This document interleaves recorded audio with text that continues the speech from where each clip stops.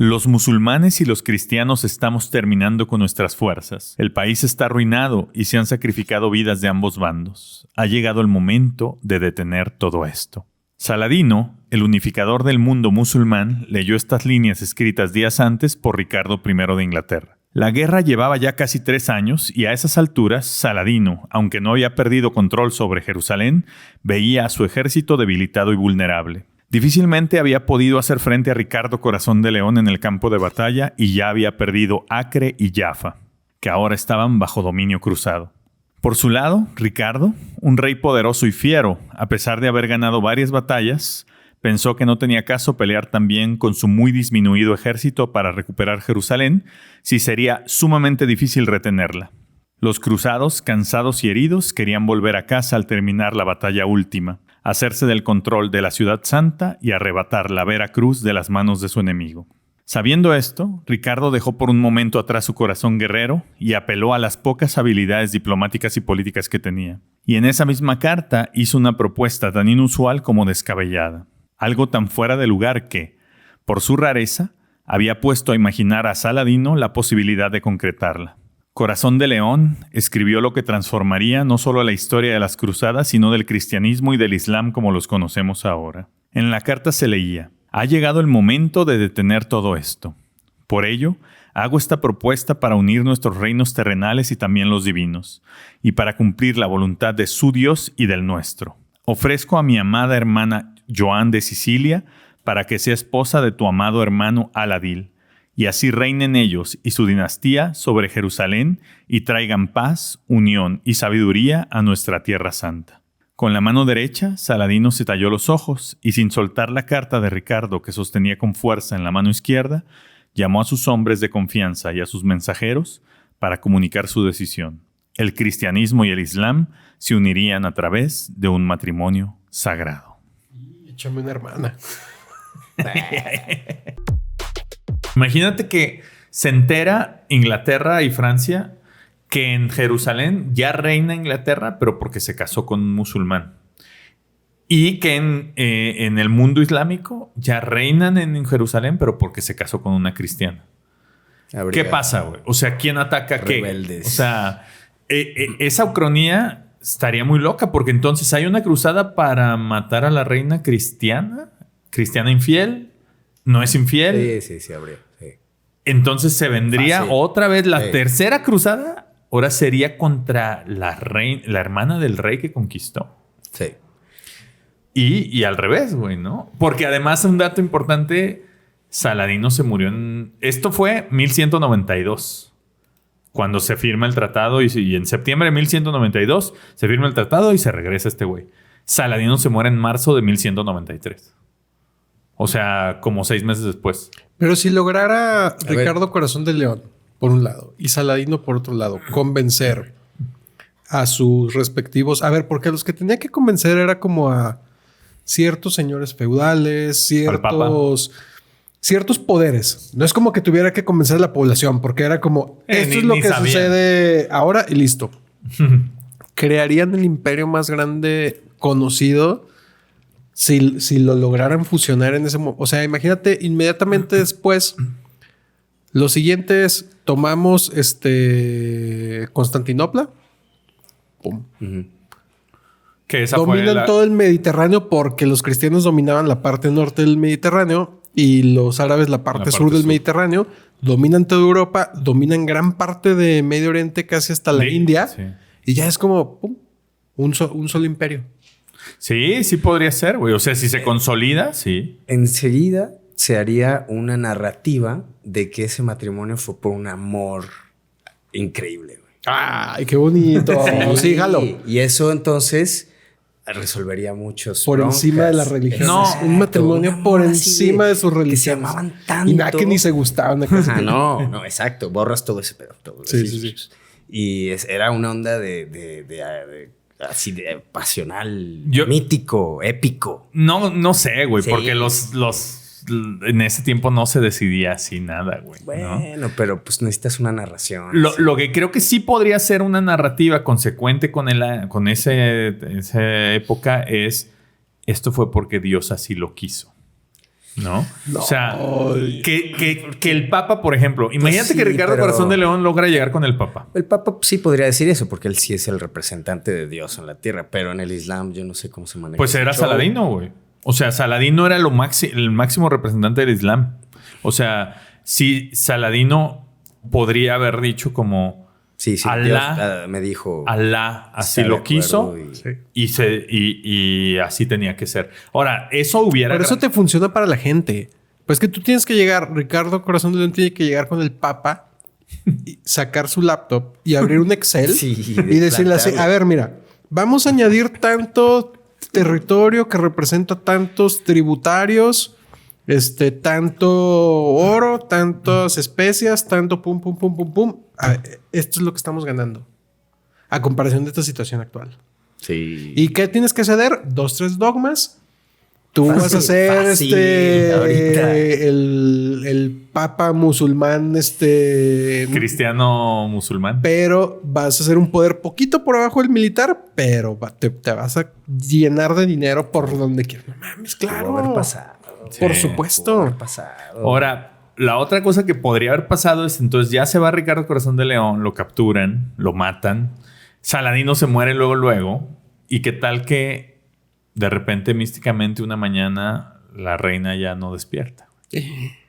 Y entonces, pues, ¿sabe qué pasó? Que ya no despertó. Y entonces otra vez los musulmanes vuelven a tomar, que eso creo que sería lo más lógico, güey. O sea, yo creo que de algún modo harían para, pues es que nosotros sí queríamos, pero se murió, ¿no? O al revés, o el rey se murió, pero es que... no, es lo mismo. Sí, que sería mucho más sencillo. Claro. Adnan Nevik nació en Sarajevo, Bosnia, el 12 de octubre de 1999. Hijo de padres musulmanes, el bebé Nevik es considerado por el Fondo de Población de las Naciones Unidas como el habitante 12,000 millones de la Tierra. Este nacimiento simbólico ha sido tomado con alarma por gran parte de la población mundial, que ve la llegada del año 2000 con más miedo que esperanza, debido a las guerras del agua en África y Medio Oriente y las hambrunas que se están registrando en cada vez más países del mundo. Los diversos esfuerzos de las Naciones Unidas por controlar la natalidad se han visto superados por un descontrol en el crecimiento de la población, que ha pasado de los 2.500 millones en 1950 a los 12,000 millones actuales, casi 1,000 millones de nuevos seres humanos más en 50 años. China, India, Europa, Latinoamérica y los Estados Unidos lideran los índices de natalidad, y entre los países de China, India, Estados Unidos y Brasil se roban constantemente el nombramiento de el país más poblado del mundo. Los países africanos se cree que podrían superar a los antes mencionados en 10 años. Sin embargo, la alta mortalidad infantil, guerras y epidemia del SIDA ha controlado la población africana. Ninguno de los anticonceptivos disponibles actualmente ha logrado detener la escalada de población, por más que los fabricantes de preservativos rompen récords de ventas año con año. Dentro de esta desesperada carrera de la humanidad por controlar la población y asegurar los recursos para todos, se está desarrollando a marchas forzadas por la industria farmacéutica la píldora anticonceptiva para mujeres. Proveniente de un desarrollo científico de los 50, la llamada píldora fue congelada a los pocos meses de comenzar las pruebas finales para su venta. El científico mexicano Luis Ernesto Miramontes, quien fue pionero en sintetizar en 1951 la noritestosterona, denunció durante más de 30 años a los laboratorios por el freno al invento. Sus conferencias itinerantes, tituladas Una píldora de salvación para la humanidad, fueron consideradas durante muchos años un poco más que teoría de la conspiración. Sin embargo, en 1998 la OMS le reconoció a Miramontes su historia y su descubrimiento de forma post-mortem. Los ensayos clínicos sobre la píldora comenzarán en enero del 2000 en Puerto Rico y, de ser positivos, se espera comenzar con desarrollo a gran escala, con la patente liberada por los laboratorios Moderna, Johnson & Johnson y Pfizer. También el laboratorio chino CanSino y el ruso Gamaleya se sumaron a la carrera por producir la muy necesitada píldora. Pues atención, porque tienes que estar tomando por 21 días y dejarla de tomar por 7, ¿sí? Si se olvidan las dosis y te las brincas, pues va bajando la efectividad y empiezas ya ahí a correr el riesgo de que falle. Hubo un hombre que se llama David Wagner, que ya era padre de 4 hijos, que estaba muy preocupado porque su esposa era muy fértil. Y porque se le fuera a olvidar. Y él diseñó en 1961 un envase redondo que permite ver si la mujer se está... El envase de los días, ¿no? El que te marca los días. Él lo diseñó para poder él también estar supervisando que sí se le estuviera tomando. Porque ya tenía 4 hijos. Sí, porque ya no le alcanzaba. No, hombre, sean valientes, como más. tus papás, güey. Como mis papás, 11 a la los chingada. que les mandó Dios. Exactamente. No, amigos, no se crean. Muy bien, señor Michel. No, señor. Y señora Claudia. Varias empresas farmacéuticas copiaron este modelo de envase redondo y lanzaron campañas publicitarias con eslogans como, por ejemplo, fácil, para que tú se lo expliques y ella lo use. No. Sí, nos van a cancelar. Totalmente cancelable. Eso es un eslogan de una referencia. campaña publicitaria real. No, eso es lo que pensemos nosotros. De hecho, estoy muy en contra de eso. Fácil para que tú se lo expliques. Fácil para que tú se lo expliques. Imagínate que ahorita imagínate que ahorita actualmente una empresa a un creativo en una agencia diga, ay, pues este eslogan. Te lo apuesto que puede pasar. Sí, pero fácilmente puede imagínate pasar. lo que Mañana desataría. mismo, sí. Ese es un anuncio del 64 y otro anuncio del 69 estaba dirigido a los médicos y era: protege a la paciente nueva de su propio olvido. No. O sea, era como, a ver, les tenemos que enseñar este invento. Ahora te voy a decir, o sea, ha habido momentos en mi vida que he tenido que tomar medicamento como cualquier persona por periodos prolongados y sí se le olvida a uno, no porque seas hombre o mujer, o sea, sí es algo que no eres infalible a que pues, se te pase, güey, ¿no? Sí. O sea, De hecho, en los congresos de cardiología que me toca cubrir para hacer unas notas, hablan, por ejemplo, de ese tema, incluso lo calculan, lo tabulan, güey, ¿no? Y los pacientes les preguntan, oye, ¿cuánto? Sí, a ver si se la está tomando, no sé qué.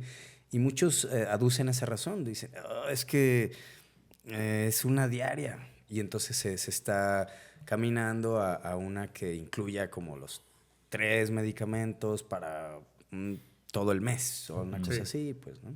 Pero deben de ser dosis muy fuertes, Pues, ¿no? También pero no... pues está, sí. Híjole, no sé. O en vez de que sean 3 pastillitas, una sola, pues. Pero a pesar de este tema como de, hey, vigílenle a las mujeres, este tema que está muy mal. Creo que la revolución sexual que se da en los 60s tiene que ver con las mujeres, con esta herramienta de las mujeres, decir, ok, podemos tener esta liberalización sexual teniendo el control de la natalidad que podemos, pues tomando, podemos... sí, decidir nuestro qué es lo que futuro, qué es lo que queremos, nuestra maternidad, cuándo sí, cuándo no. Y es que la cosa, güey, es que chido. para la mujer embarazarse sí le transforma la vida completamente en cuanto se embaraza, güey. Sí. Para los hombres no necesariamente, ¿no? O sea... No, pues te haces pendejo y ya. Hay ¿no? muchos que, pues como si nada, güey. Muchos que no se enteraron, muchos que les valió madre, o muchos que sí decidieron hacerse cargo, pero al fin, o cambiar su vida, pero no cambia igual, güey, ¿no? O sea, sí creo que sí, desde esa óptica, sí es entendible que o sea, bastante entendible que digan, oye, pues es que esto a mí me cambia todo, güey. Y claro. yo no quiero que me cambie, ¿no? Entonces, pues, sí me parece, pues, bien interesante la ucronía de bajo qué condiciones no se hubiera dado esto, güey, ¿no? O sea, sí creo que tendría que ser. Yo creo que de entrada es muy difícil, como ya lo hemos platicado en otros episodios de Tiempos Imposibles, que otro laboratorio no dijera como... Sí, ahí está el negocio, güey. Porque no sé qué... Seguramente si busca uno ahí revenue de métodos anticonceptivos debe ser un negociazo. Sí, claro. Ahora, ¿y cómo le hacen países como China para la política de...? Porque está bien fácil como, la política de un solo hijo, pero pues es nomás porque dices... O sea, ¿qué herramientas tiene la población para acceder a los métodos, para poder hacerlo? Claro. Sí. Porque ni modo que nomás coches una vez. No, pues no. Bueno, tengo amigos que...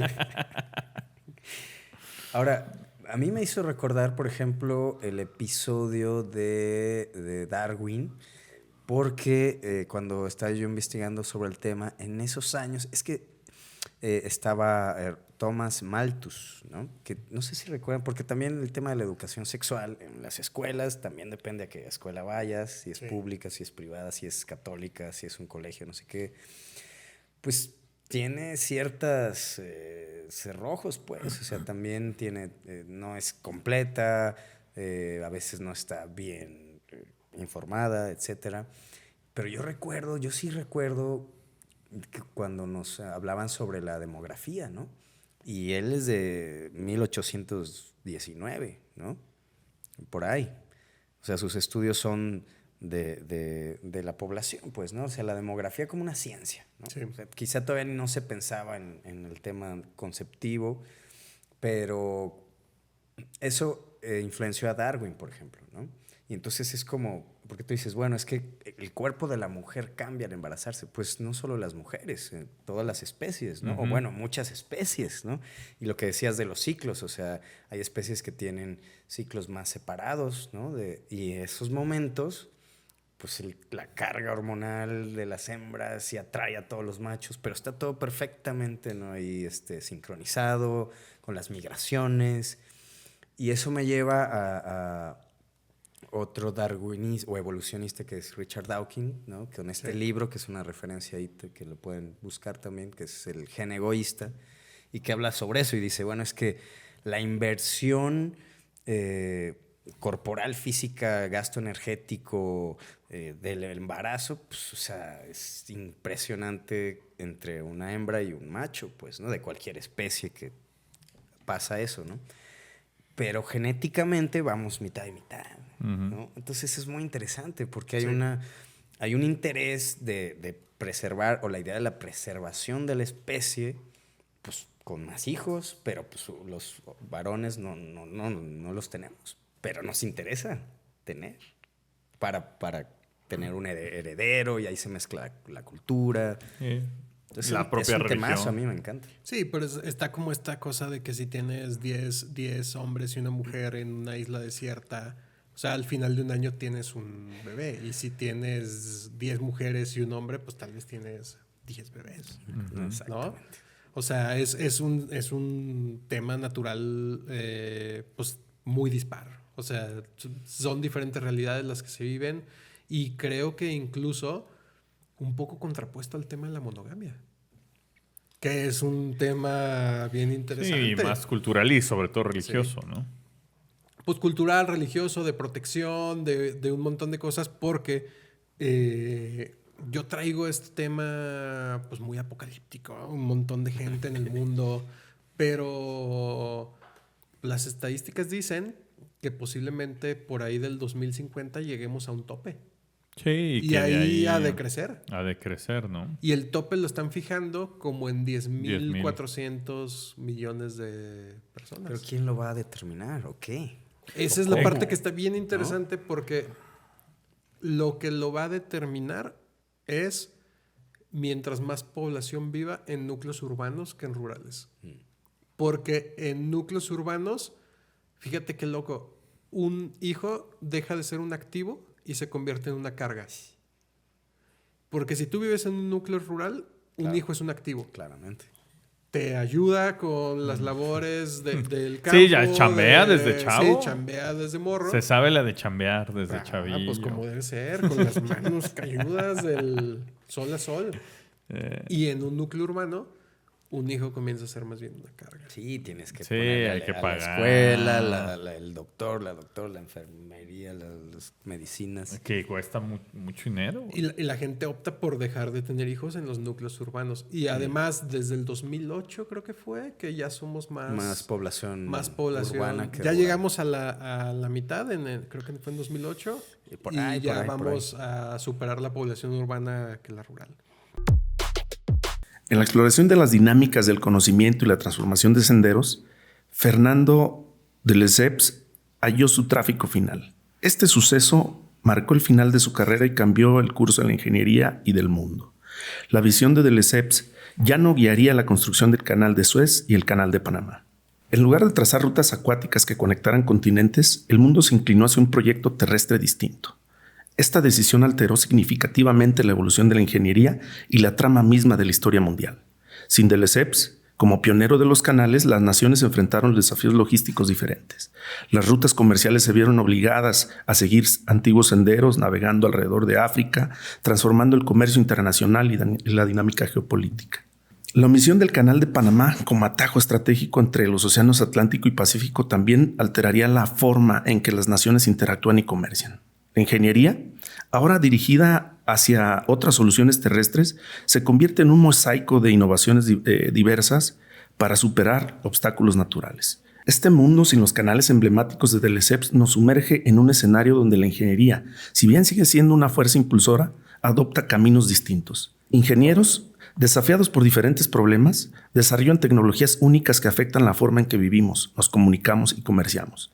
A medida que exploramos este nuevo panorama, surge la pregunta fundamental: ¿cómo sería nuestro mundo sin la evolución de la ingeniería tal como la conocemos hoy? La ausencia de los proyectos colosales nos invita a reflexionar sobre la influencia crucial de los ingenieros en la configuración de nuestra realidad presente y nos impulsa a imaginar un cosmos donde las aguas no fluyen según las rutas trazadas por Lesseps. ¿Qué sucede en lugar de todo esto? Es que se construye, se plantea que el canal o el paso interoceánico se hagan en el istmo de Tehuantepec. Ajá. Partiendo a México en dos, justamente, ¿no? El istmo de Tehuantepec, que ahí sí sería a nivel, ¿no? A nivel, exactamente. ¿Ah, sí? Sí. ¿Y es que es de Coatzacoalcos, en Veracruz? Así es, a Salina Cruz, Oaxaca. Que es un proyecto también que se estudió como una primera opción. En aquel tiempo. Que ahora mismo se está construyendo el tren. El tren interoceánico. Que hizo 28 Bueno, ya se inauguró. Ya hace una semana. No se está construyendo, ya se inauguró. Y los boletos están vendidos hasta no sé qué fecha. Hizo 9 horas de Coatzacoalcos, 9 horas y media de Coatzacoalcos a Salina Cruz. En su primer viaje. A la velocidad de la 4T. Y que también el otro proyecto, el de Nicaragua, lo estuvo impulsando Daniel Ortega un tiempo, ¿no? Junto con Capital Chino, y querían hacer ahí otra opción a Panamá, y como que no ha prosperado mucho tampoco. No, Nicaragua. Oye, pero ¿y entonces, güey? Ahí, pues México se convierte en una potencia, muy probablemente. Hacemos el canal. Sí. Ahí. Partimos México, nos ponemos... ¿Esto en qué año fue? O sea, ¿tipo el Porfiriato o qué? Sí, exactamente. Pues hablamos que el proyecto de el lago, el cruce en Panamá es de 1904 a 1914. Pues justo en esas mismas fechas. En las fechas del Porfiriato se construye en México y se fortalece la industria ferroviaria para abastecer de una buena parte de las mercancías a Estados Unidos, y las otras pues siguen su paso en los buques para llegar a la costa de oeste de Estados Unidos, California, que es otra especie de país en Estados Unidos, pero perdemos esa parte del territorio, ¿no? Como sucedió con Panamá. Y entonces... imagínate eso para vendérselo a... Pues no sé si hubiera estado mejor, güey. Es probable. ¿Qué distancia tiene que pasar entonces a un barco que llega? Son como 300... A Panamá. De Panamá no. De Panamá no. De Panamá el de Panamá. Son 80 y tantos kilómetros. Sí, son 89, creo. 89 kilómetros. 89, creo. Pero ¿y en México cuánto? 82 kilómetros. Creo que son como 320. 330 kilómetros en México. O sea, es 3 veces. Sí, más o menos como el de Suez. Ay, güey. Y no hay ningún lago ahí a mitad, ni ningún río. Nada, güey. O sea, eso sí, un canal hacia la Y además chingada, pasa ahí la Sierra Madre, ¿no? Y todo. O sea, no creo que tampoco hubiera estado tan fácil. Porque una de las complicaciones de Panamá fue, además del nivel, fue el terreno. Sí. O sea, estuvo... La orografía. Pues no sé aquí en México cómo hubiera estado, güey. Es Veracruz y Oaxaca. O sea, no creo que esté... ¡Ay, qué planito está aquí todo! Ya nomás metemos las excavadoras y ya como si fuera ya medio Sonora, güey, ¿no? Y suponiendo que fuera así, y entonces, bueno, sí hay posibilidades, o sea, se escarbaría y dejar que el agua solita inundara acá. Sí. Tal como en protegiendo los taludes. Qué loco. Digo, pero obviamente tiene que tener una protección los taludes del canal. ¿Qué son los taludes, güey? Son muros de contención. Dale. Digo, es para nuestra audiencia. Yo sí sabía. O sea, pero es que mira, de entrada es decir, todo este territorio que son 330 kilómetros, más ¿cuánto tiene de ancho? O sea... 100 metros tal vez. A lo mejor. Y Panamá tiene pues, mucho menos. Tiene de ancho como 30 metros, 35 metros. 33.5 en Panamá. O sea, pero ya si le sumas en metros cuadrados 330 kilómetros, Claro. pues es un buen terreno, güey, ¿no? O sea, que digan, esto lo vamos a hundir, ¿no? Sí. Y de entrada, y lo que dices, pero lo va a administrar Estados Unidos. Ahí Por 99 años. Por 90. Ahorita estaríamos apenas, pues, ¿no? Hace 20 años que lo tendría ya México. Pero a lo mejor hubiera sido, yo creo que una de las primeras cosas que hubiera pasado, si es que sí, pues tú vas a ver, yo he podido ir a El Salvador, por ejemplo. Y también he ido a Panamá. Y sí se nota. Bastante. Muchísimo que estuvo Estados Unidos metido ahí, güey. O sea, tú entras, la primera vez que llegas a Panamá y al centro de Panamá, pues hay un distrito financiero con rascacielos que seguramente están súper vacíos en gran medida, pero la ciudad se ve moderna, se ve un poco parecida a ciudades como Miami, o sea, y pues El Salvador no se ve así, ¿no? Ni Nicaragua, ni... Entonces yo creo que de entrada sí creo que hubiera habido un gran impacto en la zona, o sea, todo lo que Veracruz, Oaxaca, Guerrero inclusive, se hubieran beneficiado de que Estados Unidos estuviera ahí haciendo de guardián y de administrador. Pero, canal, ¿no? A ver, para esta ucronía que plantea Luis, yo tengo como algunas dudas, porque son 50 años tal vez después de que perdemos medio territorio con Estados Unidos, o sea... Sí, 50, 60 años. Y Porfirio Díaz, la época del Porfirio era un poco más afrancesada. O sea, yo veo un poco más probable que pudieran haber, o el mismo Lesseps, convencido de hacerlo a nivel en México, y tal vez si lo hubieran terminado con administración francesa en lugar de administración norteamericana, o sea, que un 20 años había antes. problemitas ahí, pues... Andaríamos hablando francés. Andaríamos como... Y don Porfirio feliz. O sea, imagínate trenes, canales. Ahí sería el pinche... ¿Cómo se llama? El de Turquía. ¿Qué? El creador. Ataturk. Ataturk sería el máximo ahí. Que si van a Turquía y van a ir a Ankara, es lo único padre que hay que ver, ¿eh? El mausoleo de Ataturk. Ya de ahí mejor no vayan a Ankara. Sí, no. Mi segunda recomendación de este episodio. Pero sí, sería... Pues sí, de por sí Porfirio Díaz como que ha reivindicado un poco su imagen en nuestros días, ¿no? O sea, ya no se ve tan tirano como lo veían a lo mejor nuestros abuelos, pues, ¿no? Pero sí, o sea, de por sí creo que Porfirio Díaz impulsó a México hacia la modernización en muchos aspectos. De entrada, todo el tema del ferrocarril. Ahora imagínate que hubiera él concretado el canal del Istmo de Tehuantepec. Por ejemplo, ahí el canal de Tehuantepec. Sería como o sea, ¿no? Marca país. Pero ustedes, ¿quién creen que lo hubiera podido desarrollar bajo esas circunstancias? ¿Estados Unidos o Francia? Yo Francia. En ese momento, dices, ¿no? En ese momento... Del original de Panamá, histórico. 1880 y tantos. Sí, yo creo que Francia. Y si hubiera sido un acuerdo, por ejemplo, de la guerra esta que hemos platicado en otros episodios, o sea, que dijera, bueno, nos llevamos Texas y todo esto y vamos a hacer el canal. Vamos a hacer el canal. Y pues ni modo, pierdes. Pero ganas. No, pero no había esa visión en ese entonces. En ese entonces no existía esa visión, ¿no? De hacer un canal. En 850 y tantos, no. Sí, no. No, fue hasta finales del... Sí. Ahí, 1880, más o menos. Y Estados Unidos no era el que era en 1900. Sí, pero la otra es que si los franceses... Es que, o sea, tengo entendido lo que escuché que desde Hernán Cortés y Nuño Beltrán de Balboa... Pues sí habían ubicado Panamá, por ejemplo, ¿no? Claro. O sea, sí dicen, oye, esto sí está, esta partecita está más. Se supone que hay caminos empedrados que datan de la colonia. Por eso. Entonces, 300 ¿En años. dónde, güey? ¿En Panamá? Ah, sí. Sí, Yo sí, creo sí. que para ese entonces... Y así los dejaron, ¿eh? Porque... Sí, así es la carretera principal. Un saludo a mis amigos. La revolución nos ha dejado en ruinas. El rostro de Francia es ahora uno calcinado y devastado, que deteriora el paisaje que caminamos día con día y la moral con la que nos levantamos cada mañana. Es momento de hacer frente a las adversidades y plantarnos en el futuro. La modernización es el primer paso para el cambio de París y su impacto en el mundo. Hagamos de lado los escombros y edifiquemos el nuevo rostro de la ciudad.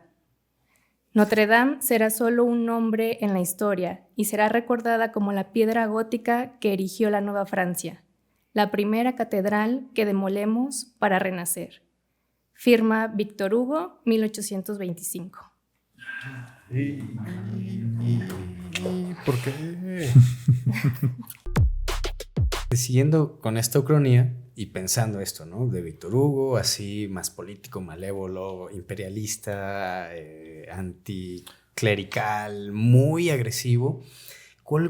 Pensando que tendría que haber hecho entonces una novela que hiciera el efecto contrario. O sea, si decimos que Nuestra Señora de Notre Dame hizo que la misma gente conservara y valorara la catedral, pues una que la misma gente quizá la destruyera, ¿no? Y entonces inculcar un inception, ¿no? Una idea, un meme de decir algo para que la misma gente la destruyera, ¿no? Y estuviera está muy loco. y con un sentimiento de miedo, por ejemplo, ¿no? Que contrario quizá a esto que es como la belleza y la esperanza y que es muy, muy, muy dinámico, o sea, que moviliza mucho a las masas, pues, ¿no? El miedo, o sea, no sé decir que Quasimodo sí es un demonio y que vive ahí. Y que cabrón, vive ¿no? ahí. Y entonces usar la misma psique popular para que la misma psique de los habitantes hiciera el trabajo que él quería.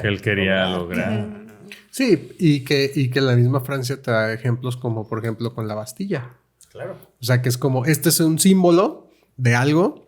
En este caso, los presos, todo. Vamos sobre de... Quémalo, destruye el símbolo. Y luego haces un símbolo de eso. Sí. La toma de la Bastilla. Y ahí inicia la nueva república, la nueva revolución. Sí, tendría que ser algo así, pues, ¿no? Sí, es que además lo que significan los símbolos arquitectónicos, o sea, es como... ¿Qué destruyen los aliens cuando vienen acá la Casa Blanca? O sea, en lugar de destruir una central nuclear para eliminar la electricidad de toda la costa este, las presas, güey. Contaminar el agua y matar a los seres vivos. No, la Casa Blanca. Vamos a destruir la Casa Blanca, que además es un güey que tal vez para ese momento ya está en un búnker donde no le vas a hacer nada o ya está en otro lado. Pero vamos a destruir la Casa Blanca. Pero, o sea, todas estas tomas de edificios que representan algo respecto a lo histórico. Ahora, yo me estaba pensando... No, eso es que, a ver, ejercicio ucrónico imposible. A ver, diga cada quien un monumento que sabes de su valor histórico y que... ¿Destruiría? Que destruiría. Sí. Que o sea, y como ya sé Víctor que van a Hugo, mamar con que la Víctor Hugo, basílica... No, Pinche todavía Pablo, güey. más. La Basílica de la Virgen de Guadalupe. Yo quiero güey. responder primero eso porque esta plática o sea, ya la habíamos tenido. Teniendo su conciencia de su valor y de que sí. obviamente no Esta se va a hacer. plática ya la habíamos tenido hace 20 y tantos años, Pablo y yo, en la universidad, y yo destruiría perfectamente Jerusalén. Completa, hijo de completa. tu pinche madre. Sí, de una. Así, oye, tantos años, y lo hablábamos hace 2 episodios. Hace A tu 3 mamá no le va a gustar eso. No le va a gustar, perdón, mamá. ¿Cómo vas a destruir Jerusalén, güey?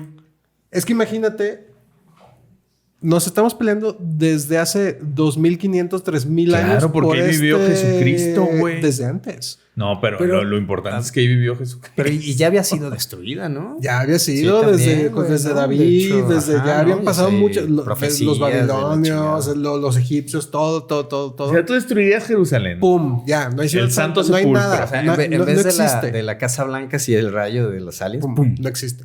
Ya, no hay ciudad santa, no hay nada ahí que pelearse ya. Es un páramo yermo ahí olvidado que Está bien no tiene chido ningún valor. Jerusalén, güey. Se volvería. Sí, se volvería no, elegir, tiene un valor ahí Imagínate, sería una conmoción tremenda, güey, para el cristianismo, no para el existe. judaísmo, para los musulmanes.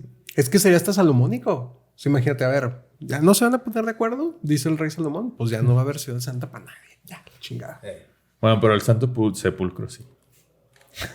No está ahí, ¿o sí? ¿Sí? Sí, No, güey, todo, está ahí. adiós. Está el Santo Sepulcro, está el huerto de Getsemaní, ¿Para qué lo está el O sea, no es cierto, Gólgota. pues, no, pero en esta Ucrania, si me toca responder eso, yo, Jerusalén. completa.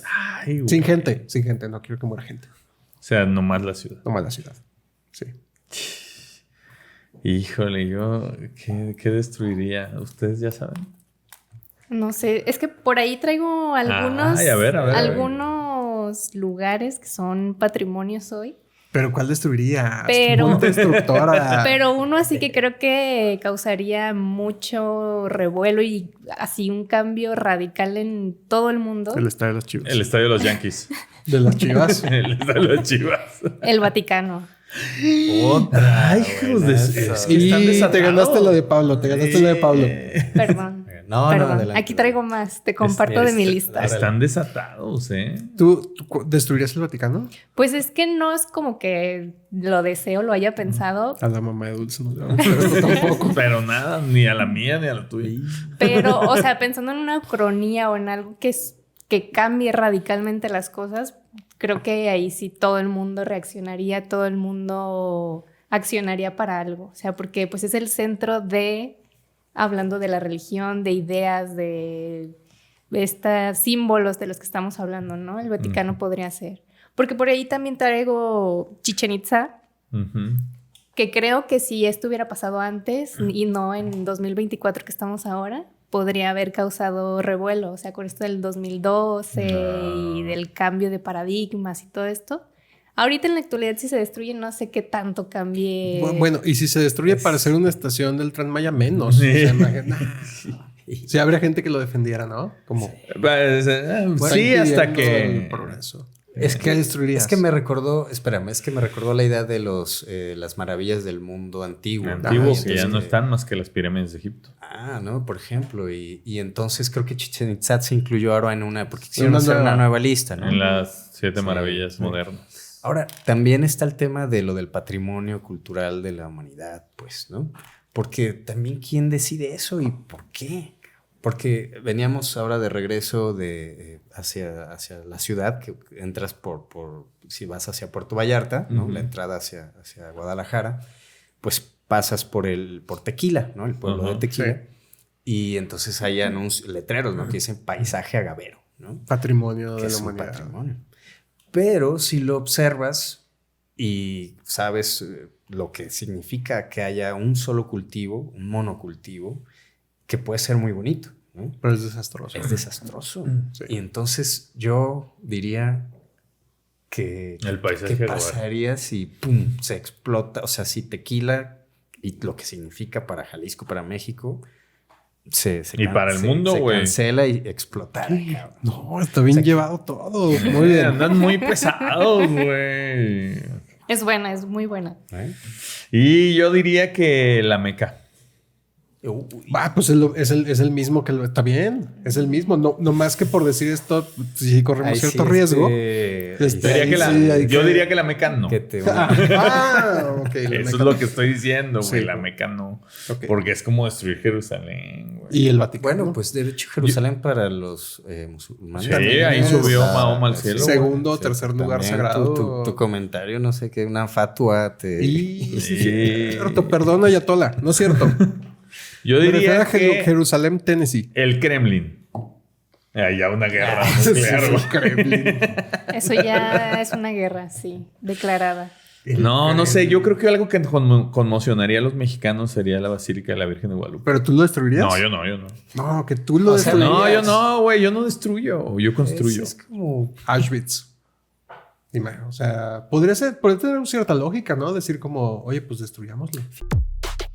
9 de noviembre de 2016. Hillary Clinton derrota a Donald Trump y será la próxima presidenta de Estados Unidos. La candidata del Partido Demócrata, Hillary Clinton, ganó las elecciones presidenciales con 278 votos en el colegio electoral frente a los 218 que se adjudicó su contrincante Donald Trump. Hillary Clinton ha asegurado su lugar en la historia como la primera mujer en ser elegida como presidenta de los Estados Unidos, superando a su rival Donald Trump en una elección que ha mantenido al país y a todo el mundo en vilo. Con un margen de victoria que sorprendió a muchos analistas y encuestadores, Clinton logró consolidar un apoyo significativo tanto en los estados clave del cinturón industrial como en las áreas urbanas densamente pobladas. Los votantes expresaron su confianza en la experiencia de Clinton y su visión para el futuro del país. Muchos lo consideran un triunfo histórico. En su discurso de aceptación, la exsecretaria de Estado expresó su gratitud por el apoyo y destacó la importancia de este momento para las generaciones futuras. La respuesta internacional también al triunfo de Clinton ha sido variada, con numerosos líderes mundiales felicitándola y expresando su optimismo sobre el futuro de las relaciones bilaterales. También las bolsas de valores han respondido positivamente con un aumento en la confianza de los inversores en la estabilidad económica bajo el liderazgo de Clinton. El mundo ahora observa con interés cómo la primera presidenta de los Estados Unidos abordará los desafíos nacionales e internacionales que enfrenta ese país y cómo su liderazgo dará forma a la próxima era en la política estadounidense. Mientras tanto, Donald Trump ya ha señalado que hubo fraude y ha reiterado que no reconocerá los resultados de estas elecciones. Uno de los lastres que tuvo Hillary, creo yo, en mi opinión, y la de muchos analistas, las primarias. Porque Bernie Sanders sí le puso batalla. Ay, cierto. Entonces, no fue realmente un día de campo para ella y ya llega a la elección general, pues ya medio mermada, medio ya desgastada. No fue un día de campo las primarias para ella. Tuvo complicaciones, le tuvo que meter más lana de la que esperaba. Y al menos al principio de las primarias, hay una sensación de que Bernie Sanders le puede sacar un susto. Sí, y además sí creo que pasó igual, ¿no? Como que la figura de Bernie Sanders empezó a crecer. Como que se hizo bastante popular con las primarias, en las elecciones primarias. Me acuerdo de la fotito esta que sale sentado con sus guantes y su... Esa fue en la toma de protesta de Trump, ¿no? Sí, creo que sí. Creo que fue en la toma de protesta ya de Trump. Sí. Porque ahora, otra cosa interesante es que toman protesta los presidentes en enero. Entonces, el año de la presidencia, por ejemplo, del que siga, no es del 24, sino es desde los 4 años son del 25 al 29. Claro. Pero la elección es un año antes, en noviembre, en el supermartes. Que además, cosa curiosa que se hace en martes. Digo, ahorita vamos a platicar un poquito del sistema electoral gringo, pero se hace en el martes. Sí, está raro. Y no hay como que permiso de tu chamba para ir a trabajar. Hay como ahí unas cosas raras del sistema electoral gringo. Está el tema del voto por correo, ¿no? Que Voto también por correo. Si se meten ahí a googlear, es que fue una cobertura impresionante. O sea, es que las elecciones en Estados Unidos son del tema más seguido, ¿no? Pues noticias informativamente, ¿no? Entonces, hay mucha información sobre las... Yo me meto a periódicos, a agencias, a ver cómo estuvo, ¿no? Y salió eso, por ejemplo, ¿no? Fueron 22 millones de votos solo por correo. No manches. Entonces, esa era una también de las 22 millones de votos. Y son maquinitas la mayoría. Esa era una de las cuestiones que Trump pues decía que eran fraudulentas, ¿no? Que a través del correo iban a hacer votos ahí en su contra. O sea, Trump no va a reconocer nunca una derrota. Eso ya... Sí, es el morro cagazón que si le meten gol, le agarra su balón y se va. Sí, ¿no? Perfectamente. Inclusive poncha el balón. Es el que falla sin portero y se agarra la pierna como de que dice que se lesionó en ese momento. Como de, y el pendejo es otro, güey. Es otro, sí. Sí, güey. Pero ahí también hay una cosa que, y aquí corríjanme si me equivoco, si ustedes tienen el dato o si alguien de la audiencia tiene el dato. Los demócratas nunca han repetido 3 periodos presidenciales. No sé. O sea, han repetido de a 2. O sea, una sola reelección del actual y luego cuando va a haber un tercero, no. En cambio, los republicanos sí. Por ejemplo, la más reciente son 2 periodos de Reagan y uno de George Bush padre. Luego siguen 2 de Clinton y luego quiere ser Al Gore y hay pedo. Que también otras elecciones hay polémicas con la decisión de Florida, de la Suprema Corte, de detener el recuento en el estado de Florida, todo esto. Sí. Luego son 2 de Bush, 2 de Obama y cuando quiere los demócratas, como el tercer periodo consecutivo, bye. Ahí. Ahora sí creo que era, o sea, como yo digo, yo no tengo todo el panorama tan claro, pero sí me parece que eligieron bien a la candidata, pues, ¿no? O sea, Hillary Clinton es una mujer con mucha trayectoria, tenía 8 años de secretaria de Estado, es mujer, tiene un montón de experiencia, es esposa de Bill Clinton, o sea, como que era un perfil bastante firme, bastante sólido, muy conocida. Además, como que hacia afuera de Estados Unidos, como que daba también esta certidumbre de buen relacionamiento, de una persona sensata. Obviamente, pues como es Estados Unidos, pero Trump era lo contrario, ¿no? O sea, Trump era como una fórmula donde dijeron, a ver, ¿cómo es Hillary?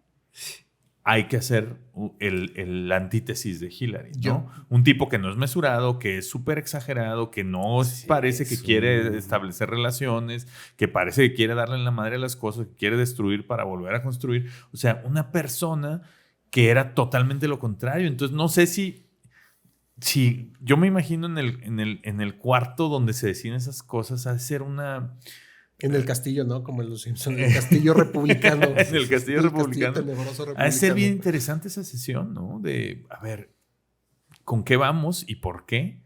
Y el que plantean ahí, me imagino que tienen ahí todos los mapas y psicólogos, analistas políticos, no sé, güey. Cualquier otro candidato, creo yo, republicano que no hubiera sido Trump, de los moderados, de estos, le hubiera puesto una arrastrada a Hillary. Pierde. Ajá. El tema es que Trump, no sé si se acuerdan de esa época, cada semana salía un nuevo escándalo de Trump que todo el mundo decía como, ya, con eso ya se acabó, ya no se va a poder, es más, va a renunciar a la candidatura. Sí. Es más, la gente, y no.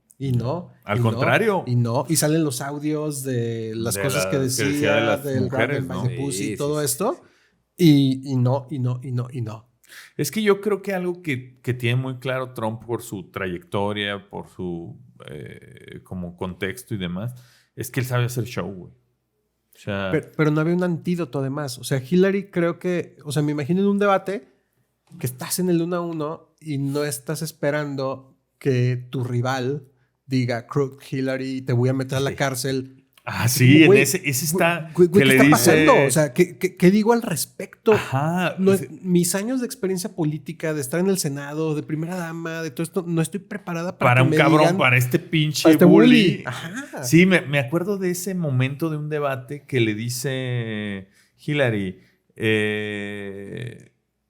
no me acuerdo bien la frase, pero le dice como, qué bueno que no estés en la presidencia o que no estuvieras en la presidencia, y que voltea y le dice, porque estarías en la cárcel, ¿no? Sí. Y como que ella sí se ve que la saca del lugar, güey, o sea... Sí, y alguien podría decir, güey, qué baja nivel de política, güey, ¿no? O sea, está muy...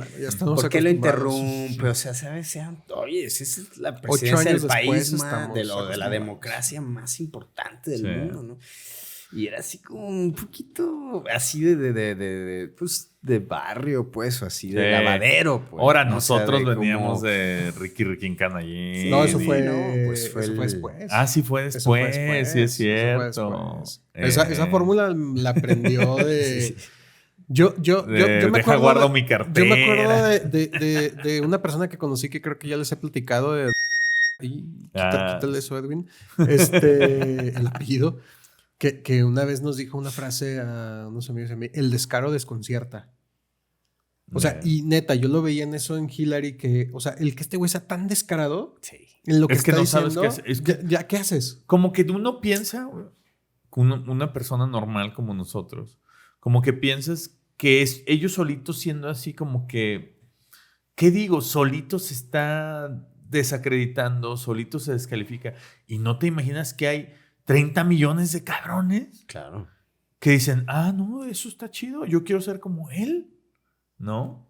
Y lo vemos en México, así ganó nuestro presidente. Yo creo que una de las cosas también que impone Trump en un mundo democrático que lo pensábamos avanzado, porque pues ya los dictadores tenían tiempo haciéndolo, el poder de la mentira.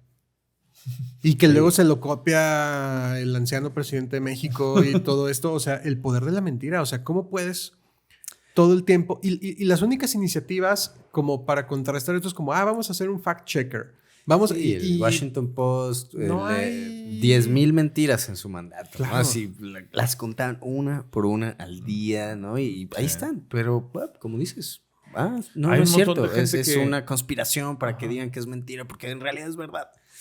Sí, se acuñó el término de posverdad. En ¿verdad? ese momento se acuñó el término de posverdad. A pesar de que unas pocas hogueras iluminaban el recinto, el Papa podía ver las pinturas de Miguel Ángel en toda su magnificencia y sus vivos colores. Era la noche previa a que Daniele da Volterra comenzara los trabajos pictóricos en la Capilla Sixtina. Había que cubrir muchos senos y genitales de santos, ángeles y otros personajes. El Papa era tal vez el último ser humano que vería la obra como fue concebida por su creador. A partir del Concilio de Trento se había acordado censurar obras que no iban acorde a los valores de la Iglesia. El Index Librorum Prohibitorum era una de las iniciativas que había ordenado el Papa para censurar libros. Pero justo en el corazón de Roma, en las entrañas del Vaticano, había un escándalo plasmado en frescos, decenas de partes privadas profanas y deshonestas. El Papa Pío IV en su apellido llevaba un poco de vena artística, pertenecía a una rama de los Medici de Florencia. Nunca sabremos si fue esa vena o qué fue, pero al día siguiente de pasar esa noche en la capilla, despidió a da Volterra y dejó los frescos tal y como los conocemos hoy, con todo y sus desnudos. En sus memorias, el Papa escribió: «Me encontraba allí, con el cuello adolorido de tanto mirar hacia arriba, cuando de pronto pasó, un entumecimiento primero y luego oleadas de calor. Mis manos no las sentía, mi mirada seguía fija en las pinturas, y luego como si me atravesara un rayo, convulsiones en el suelo, temblando con violencia y yo sin poder dejar ni un instante de mirar la obra de Miguel Ángel. Me desvanecí, pero en ningún momento dejé de ver las pinturas. Memoricé cada detalle de ellas. Cuando clareó el día, por la mañana, supe que había visto al Creador». El Papa dio marcha atrás a las iniciativas de censura en el arte sin que esto afectara el resto de los acuerdos del Concilio de Trento. Ay, qué honesto, qué honesto. Y pues ahí le dio el patatús al güey. Entonces, tengo ahí esa duda. Esa censura, entonces, la censura anima a los artistas a tratar de romperla, a ser más transgresores. Entonces, ¿puede que tenga un efecto positivo? O sea, ¿qué hubiera pasado sin censura? Pues es como lo que te comentaba, pues, yo no sé. O sea, siento que pues, obviamente hubiera sido muy diferente las cosas en cuestiones de arte, creo también, pues, ¿no? Para bien y para mal, te digo, siempre tiene que haber como algo, o sea, como un sacrificado en todo esto, pues, ¿no? Pero, una barrera que romper, ajá, ¿no? ¿sabes? Pero yo siento, o sea, si no hubieran sido censuradas, pues imagínate, te digo, o sea, en un efecto mariposa, que no existieran todos estos el impresionismo o un Van Gogh, pues, ¿no? O sea, que nos podríamos, imagínate, que nos podríamos haber perdido, pues, ¿no? Por todo este tipo de circunstancias que las vemos muy lejanas, pero no son tan lejanas porque la censura sigue existiendo, pues, ¿no? Sí. O sea, y siguen limitando y siguen desapareciendo también muchos artistas porque también se cansan de eso mismo, pues. Porque no te dejan tener tu propia voz, ¿no? Como en la actualidad no puedes hablar de cierto, ahora no son los desnudos, ahora no puedes hablar de violencia o de política o ser tan transgresivo porque pues ahora te pueden, ¿no? Claro. ¿Sabes? O sea, y cómo se va transformando esta censura que ahorita lo decimos como, sí, nos reímos todo de que empieza con el desnudo, ¿no? Pero ahorita con el paso del tiempo y todo, cómo va avanzando la tecnología, los gobiernos, la política y los mundos, pues no sabemos ¿dónde estuviéramos ahora? Pues, Sí. fíjate, seguiríamos en el romanticismo, güey, no sé, en el Renacimiento y todavía. No sé. Pues se hubiera podido retrasar también ahí muchísimo todo, ¿no? Y estaríamos... Es que lo que no sé es que sí siento yo que el tema de la prohibición, pues como al niño, ¿no? Que le dices, no lo hagas, lo voy a hacer a huevo, ¿cómo no? Y entonces eso impulsa a los que verdaderamente tienen el atrevimiento. Pero ¿qué tal que alguien sí tiene el talento, pero no tiene ese atrevimiento? Por su forma de ser, por sus características, y entonces, pues sí, pues agacha un poco más la cabeza y como dices, perdimos... Como podemos haber perdido artistas como lo de Tiziano. Como lo de Tiziano, pues, ¿no? O sea, imagínate cuántas Venus, cuántas cosas podríamos tener ahorita, ¿no? Pero también igual no era necesario si tenemos otras cosas, pero realmente si ves tu carrera realmente sobre, es muy buena y todo, pero en todos modos sí se nota como, pues que estás haciendo algo que tal vez no quisieras hacer porque ya no tienes la misma libertad, pues. Sí. O sea, ya no es lo mismo, pues. Claro. O sea, quieras o no, ya te frustra, te cambia. Y ahí mismo también, ¿no? Como artista dejas de hacerlo, pues. Una, por la cuestión de que todavía no te pagan bien, güey, ¿no? Sí. Todavía te censuran, güey. Todavía te quieren decir que dices, no, pues, güey, o sea... Pues, ¿qué hago? ¿Sabes? O sea, y luego todavía esto, pues, o sea, todavía llegará alguien más a tapar la obra como lo que pasa acá del maestro, pues, ¿no? Sí. Imagínate todavía... Qué depresión. Ajá, para él. Pues sí. imagínate que no se lo hubieran encargado donde estaría también él ahorita, pues, Sí. ¿no?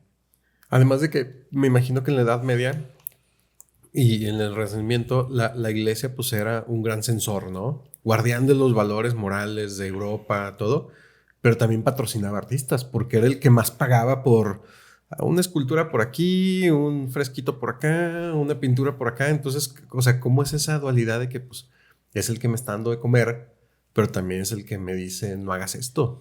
Uh-huh. O sea, ahí hay pues una libertad medio, pues como un chantaje, no sé cómo llamarlo, de pues sí, te vamos a dar para que vivas, para que desarrolles tu talento, pero nomás de aquí a aquí. Estas otras cosas no. Que lo rompe un poco Miguel Ángel con esa transgresión de la Capilla Sixtina. Sí, pues de hecho aquí también pasó en el Cabañas, ¿no? Creo que fue al gobernador Con con José Clemente Orozco, ¿no? ¿no? Los que murales. le dijo que también quiere que lo pintara ahí en el mural, si no le pagaba un rollo así y lo puso y después ya también se metió Orozco y lo tapó y es donde viene la placa en la entrada pintada a mano de ahí venía la cara de este personaje. Sí. Sí. Ay, no sabía eso. Más que no me acuerdo quién era el gran gobernador o uno de los padres del Cabaño, no sé, alguno. Y ahorita luego vengo bien fundido, perdón. sí, yo sí. Es de mis obras favoritas, pues, de la ciudad. Siempre que viene alguien, pues lo llevamos, ¿no? Al Cabañas. O sea, tú llegas a la Tate Modern, o sea, Sí. y a mí se te pone la piel chinita de que entras y muralismo y el primero que viene es Orozco y luego viene Diego Rivera y luego viene Siqueiros, ¿no? Sí. En el Tate. En el Tate, así entrando bien todas las corrientes, impresionismo y las firmas de todas las corrientes, por muralismo, nada más vienen ellos tres, güey. Y es así de... Ay, que luego también, hablando de transgresión a quien te paga, hay uno que Rockefeller le encarga a Diego Rivera y que hace una cosa acá súper comunista. Que pues dijeron, el mural era impresionante, pues, pero como ponía una cosita y Rockefeller decía, no hay pedo. Ya después dijo, ya terminándolo, pues le pone la cara de Lenin abajo, ¿no? O sea, totalmente... Que también las incongruencias también es lo mismo a lo que vamos, pues, o sea, un comunista trabajando con los güeyes más capitalistas del mundo, pues, ¿no? Sí, ahí sí no sabes, o sea, la incongruencia de quién es. Del que contrata a alguien que no va o del que le acepta el dinero. Pero es un juego que está divertido, ¿no? Yo pienso, o sea... Pues es parte del cotorreo, de ser artista, pues, ¿no? Sí. O sea... Sí, mira, y los guías, ¿no? Del hospicio te cuentan un poco esa idea de que cuando le piden la obra y entonces lo criticaban, pero quería aparecer, y te dicen que no sé cómo se llama esta parte, como un adorno arquitectónico que se ve, porque es la parte de que se ve del hospicio dentro del, bueno, no estoy seguro, pero... Sí, es entrando de la puerta sí, de este lado. Y te dicen que que como que lo pinta como un buey. O sea, que esto es como en realidad, o sea, lo tapa como tú dices, o sea, sobrepone esta imagen, este texto. Sí. Que patrocinada por el gobernador Aquí Everardo ponemos. Topete, ¿no? Y entonces pone a propósito este adorno arquitectónico que si lo medio te imaginas parece como una cara de un buey. Entonces, que le da como... ¡Qué gacho también! Me querías incluso, ¿no? Y te mando un mensajito ahí, ¿no? En la pintura, ¿no? Siempre se sale con broncas con... Sí. con los encargos. Porque justo, o sea, pues Miguel Ángel tenía a la iglesia como patrocinador por una parte y por otra a los Medici. Que justo el papa que manda a tapar, y esta es historia real, el papa que manda a tapar Paulo IV, las pinturas de Miguel Ángel, era de una rama de los Medici. O sea, también tenía, pues bueno, todos se casaban en ese entonces, ya sabes, entre familia. Monterrey. Todo que sí, Monterrey. Monterrey, Italia. Pues el Regi, ¿no? Hay un monte, ¿no? Regio, hay un, Monterreyo. Sí, hay un Monterreyo. Primera Ucronía, episodio 38. En el centro de Guadalajara existe un lugar que alberga los objetos más impresionantes relacionados con el terror y la fantasía en el mundo, la colección de Guillermo del Toro. Abierta al público desde hace 5 años, el recinto, antiguamente llamado Palacio de las Vacas, cambió de nombre para llamarse Museo Lovecraft, en honor a uno de los escritores más admirados por el director tapatío, quien funge como presidente del patronato del museo. La colección cuenta con miles y miles de objetos de todo tipo, incluyendo algunos que se remontan hasta culturas ancestrales y varios pertenecientes a Edgar Allan Poe. Además, el museo cuenta con varias piezas de arte procedente de la filmografía del director, vestuario, props, textos y más, que han aparecido o son parte de sus 8 películas. Con estos filmes, todos realizados en Guadalajara, Del Toro ha logrado rebautizar a la ciudad como Ciudad de los Monstruos. Las proezas cinematográficas de Del Toro se consideran por partida doble: revolucionar el cine de horror y fantasía y también dar el salto definitivo que el cine mexicano necesitaba en profesionalismo y adopción de géneros. Cuando se le pregunta al director acerca de un interés en Hollywood u otros lugares para hacer cine, responde: monstruos existen en todos lados, pero me siento más cómodo con los que conozco. Dato curioso, el museo es el único en el mundo que abre por la noche, de 10 de la noche a 5 de la mañana. Y con un poco de suerte, puedes encontrarte allí a Del Toro. Segunda Ucronía. Era un atardecer hermoso de esos que caracterizan a la ciudad de Guadalajara. A un costado de la catedral, donde años atrás solía estar el kiosco de la Plaza de Armas, estaba sentado el pequeño Luis, que apenas con 8 años de edad le decía a su abuelo mientras señalaba la imponente estatua de 10 metros de altura que se erguía frente a ellos: «Abue, cuéntame otra vez su historia y la del campeonísimo de campeonísimos». En la placa al pie del monumento se leía el nombre de la leyenda: Javier Hernández Balcázar, Chicharito, quien más de medio siglo atrás le había dado a la ciudad el mayor orgullo posible.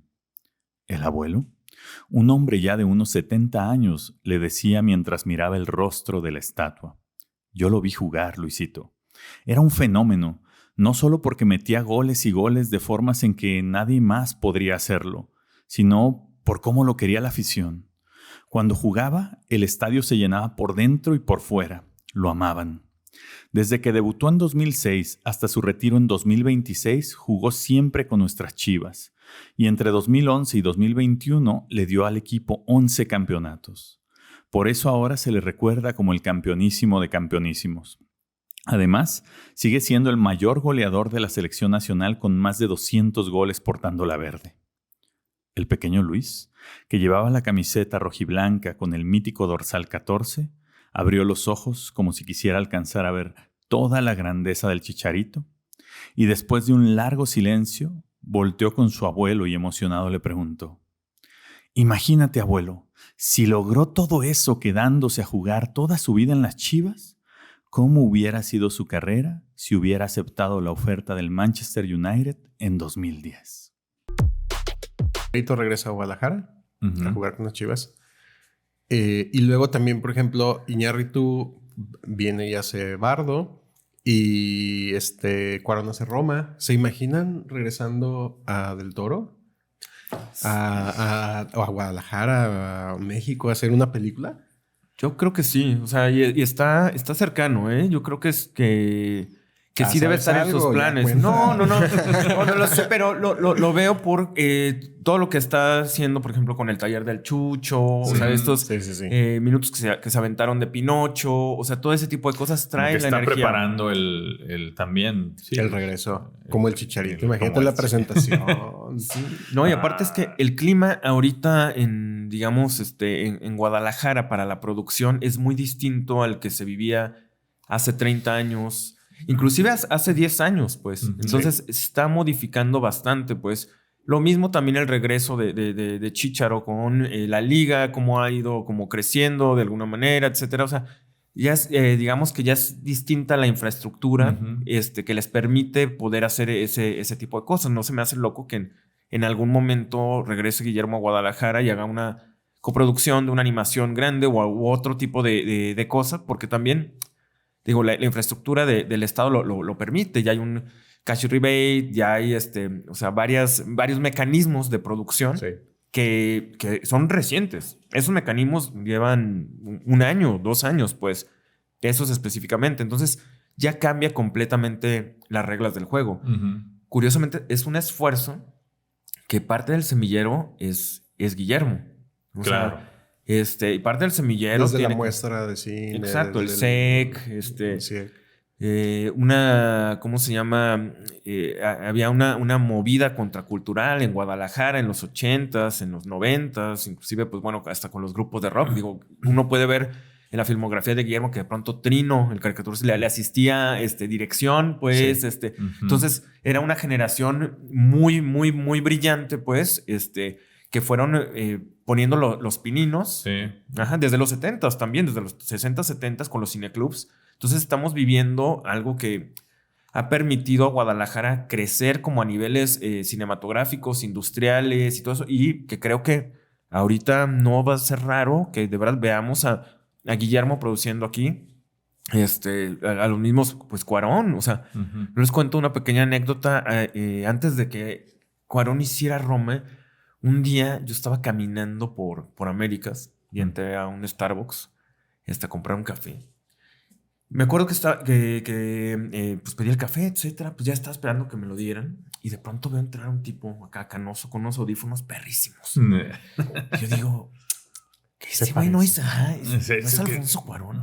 Pero no, o sea... Sí, ¿cómo va a estar aquí en el Starbucks? Pero como meme de los Simpsons, ¿no? ¿Acaso estoy en Londres? En esta época del año, la aurora boreal y esas cosas, o sea, era como de ¿qué? No. Esta es la época del año en la que puedes ver como a Checo Pérez, que si hay descanso de Fórmula 1, te lo encuentras ahí en los tacos. Es que eso es... Y de verdad, o sea, de pronto dice, no, ¿a poco es Cuarón? Le veo los audífonos y digo, pues están bien chidos. Pide su café.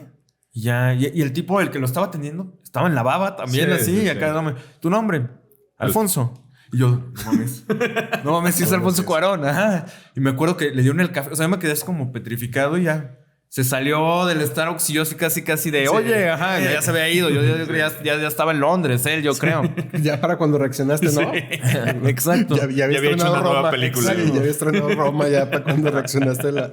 Sí. Pero según yo viene seguido, ¿eh? Sí. Creo que viene seguido y alguien me había dicho que por ahí se quedaba en el Demetria, creo. Sí. Entonces, pero bueno, ya hay cosas. Ya están viendo que aquí hay infraestructura y que algo bueno va a pasar. Además, nuestro país es tan centralista, pues, y lo que está pasando en toda la movida ahorita de producciones en Ciudad de México, y eso es que ya no hay locaciones, no hay tantas cosas. O sea, hay que abrirse a otro lugar y otras narrativas, pues. Entonces, no va a ser loco que veamos a todas y todos estos personajes, pues, en... No, y que además, y ahí me centro en ti como el invitado. O sea, que hay gente como tú que está en la ciudad y que son personas dedicadas al cine en este caso. Pero qué tal ¿no? que está a punto de irse también. No que te ya vayas. lo va a fichar es que eso también y puede pasar. Y que eres un director premiado, que has ganado galardones, que has estado en un montón de muestras en diferentes países y demás,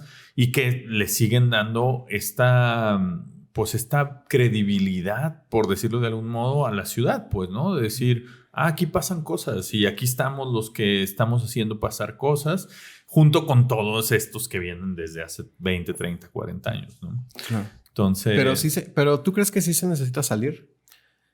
O sea, ya pensándolo como a nivel personal. Sí. A mí lo que me ha pasado un poco... O sea, mi base es Guadalajara. Pero estoy viajando constantemente a otras partes. Pues los últimos 2 años me la he vivido también en Ciudad de México. Tuve la fortuna de dirigir 2 series. Una para Star Plus y otra para Amazon. La de Amazon todavía no puedo decir cuál es. pero, que diga, que diga. Pero... en código. Metiéndolo con la número. F. Sí, con la F. Con la F. Dilo con la F. Pero sí te va dando otro tipo de herramientas, el internacionalizarte a la hora de buscar también coproducciones con otros países.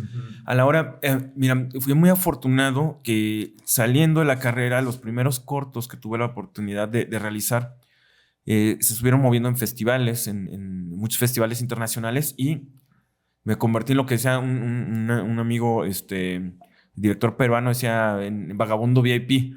Porque no tienes nada de lana, estás en bancarrota, pero los festivales de pronto te pagan los vuelos o consigues con la embajada o haces todo eso. Entonces, el empezar a recorrer el mundo, empezar a vender también tus proyectos en otro idioma, el decir cómo me voy a dar a entender para estas cosas, etcétera, te da otra perspectiva de las cosas, te da otro tipo de herramientas. Pues a mí lo que me pasó mucho es que yo sentía tengo que estar 3, 4 veces más preparado para que me pelen. Pues el mundo del arte es un mundo lleno de privilegios completamente, pues, y de un sector también bastante como reducido, pues, personas que tienen muchos privilegios, mucha lana, muchos conectes. Y entonces decía, bueno, tengo que trabajar 3, 4 veces más, tener como todos los proyectos bien preproducidos, bien desarrollados, bien, o sea, tengo una bala nada más para poder dar en el blanco. Entonces es la única manera, pues. Y creo que lo interesante del proceso, o sea, para mí es sí salir, tomar estos conocimientos y después compartirlos. Regresar al barrio, regresar a tu lugar de origen y aportar con otra semilla más para que se pueda expandir. Pues hay una responsabilidad social para mí de que hay que volver y hay que estar sembrando, y la información se tiene que compartir. No hay que ser celosos con la información. Pues claro. Va para todos. Muchísimos jugadores mexicanos con una gran calidad, que mueven la pelota y tienen una gran visión de campo y tienen todo para romperla, pero algo pasa. Sí. Que dicen, les da luego el síndrome del jamaicón. Exacto. Luego es cómo saltar eso. O sea, yo creo que es más importante, ni siquiera no es tan importante llegar a ese lugar, a llegar a esos lugares de triunfo. Es cómo vas manteniendo la calma para continuar con una carrera. Entonces, son importantes los partidos, el día a día de los partidos, pero también hay que pensar corto, mediano y largo plazo. No te puedes dejar caer. Pues lo mismo luego con los directores. Sí. Dicen que tú eres tan bueno como la última película que hiciste. O sea, yo todavía creo que es debatible estas cosas, porque uno creo que vas construyendo una carrera, película, historia. Voy más a lo que de pronto dicen cineastas como Woody Allen en el aspecto de que habla del cine como la cosecha de la uva, pues, o sea, para hacer un buen vino. Quizás este año, pues está regular el siguiente año va a ser una gran cosecha, o sea, pero no puedes quedarte nada más en esto soy yo y esto es lo único que me representa. Claro. Sí, yo, y tomando el tema del Chícharo como para trasladarnos ahí a esa otra cronía, creo que en la historia del Chícharo, si se hubiera quedado, funcionaría distinto que con Del Toro. Y por eso lo puse así en la ucronía que escribí sobre el Chicharo, ¿no? Claro que también es muy exagerada, como si ahí en la Plaza de Armas en 50 años hubiera una estatua. Pero a lo que voy es, si Chicharo se hubiera quedado en Guadalajara, yo creo que es algo que hubiera podido pasar. Sí creo que toda esa grandeza, por ejemplo, con el Manchester que tuvo allá, ¿no? Que estuvo en, yo creo, sus mejores años, esos 4 años que jugó en el Manchester y hasta que se fue al Madrid, donde fue campeón, donde metió un montón de goles y todo, eso yo creo que hubiera podido pasar aquí. Y digo, o sea, si hubiera sido en la Liga Mexicana y tal, pero sí creo, y como está planteado en la ucronía, que hubiera podido resultar en grandes éxitos para su equipo, ¿no? Para las Chivas. Hubiera podido ayudarles más con el tema de los campeonatos, muy probablemente.